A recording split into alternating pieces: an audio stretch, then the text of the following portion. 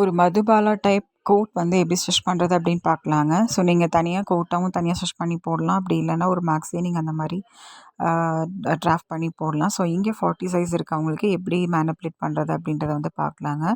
So நான் இங்கே 40 size இருக்கவங்களுக்கு வேஸ்ட்டோட லென்த்து வந்து பார்த்திங்கன்னா 15 இன்ச்சஸ் வந்து எடுத்திருக்கேன். அண்ட் ஹாஃப் ஷோல்டர் அளவு வந்து பார்த்திங்கன்னா 7 இன்ச்சஸ் எடுத்திருக்கேன். அந்த 7 இன்ச்சஸில் வந்து 2.5 இன்ச் வந்து பார்த்திங்கன்னா ரெடி அளவு, 5 இன்ச்சஸ் வந்து நெக்கோட ஓப்பனாக இருக்க போகுது. ஸோ இதை மார்க் பண்ணதுக்கப்புறம் நெக்ஸ்ட்டு வந்து நெக் லைன் மார்க் பண்ணுங்க. ஸோ அதுக்கு ஃபஸ்ட்டு அண்டர்பஸ்டோட ஹைட் மார்க் பண்ணிப்பீங்க. அண்ட் நெக்ஸ்ட்டு வந்து அப்பெக்ஸோட ஹைட்டை வந்து மார்க் பண்ணணும். அப்பெக்ஸோட ஹைட் மார்க் பண்ண இடத்துல அப்பெக்ஸோட டிஸ்டன்ஸ் மார்க் பண்ணுங்கள். ஸோ அதுலேருந்து 2லேருந்து 3 இன்ச் எக்ஸ்ட்ராவாக சைடில் மார்க் பண்ணிக்கோங்க.